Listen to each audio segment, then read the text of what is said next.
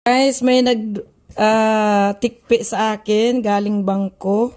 Regalo po sa akin. Pag holiday po dito, tuwing holiday, tulad ng Chuseok, Solnal, lagi ako pong nireregaluhan galing bangko. So, salamat sa MG. Ang ganda ng pakabalot. Oh, special talaga ang balot. Oh.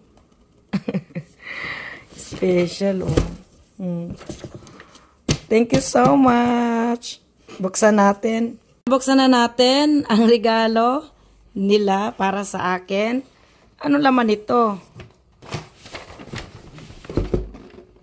Tadan! Ano to? Ang dami ko naman soy sauce dito. Ayan. Set po siya. Iba't ibang klase. Soy sauce po lahat yan. Pero iba-ibang klase. Iba't ibang klase po yan. Set po siya. May para sa ang tawag dito, panglasa sa pagkain, sa pagluto. Meron naman pang sausawan. Iba-ibang klase po yung soy sauce. Pero set siya. Ilan to? Malalaki 3, 4 yung maliliit. Okay na, no? Hindi na akong problema bumili ng soy sauce. Libre pa.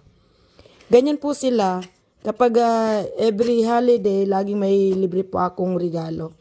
Minsan po ay nireregalo nila ako ng isang box na puro apple, ang lalaki, yung tatamis.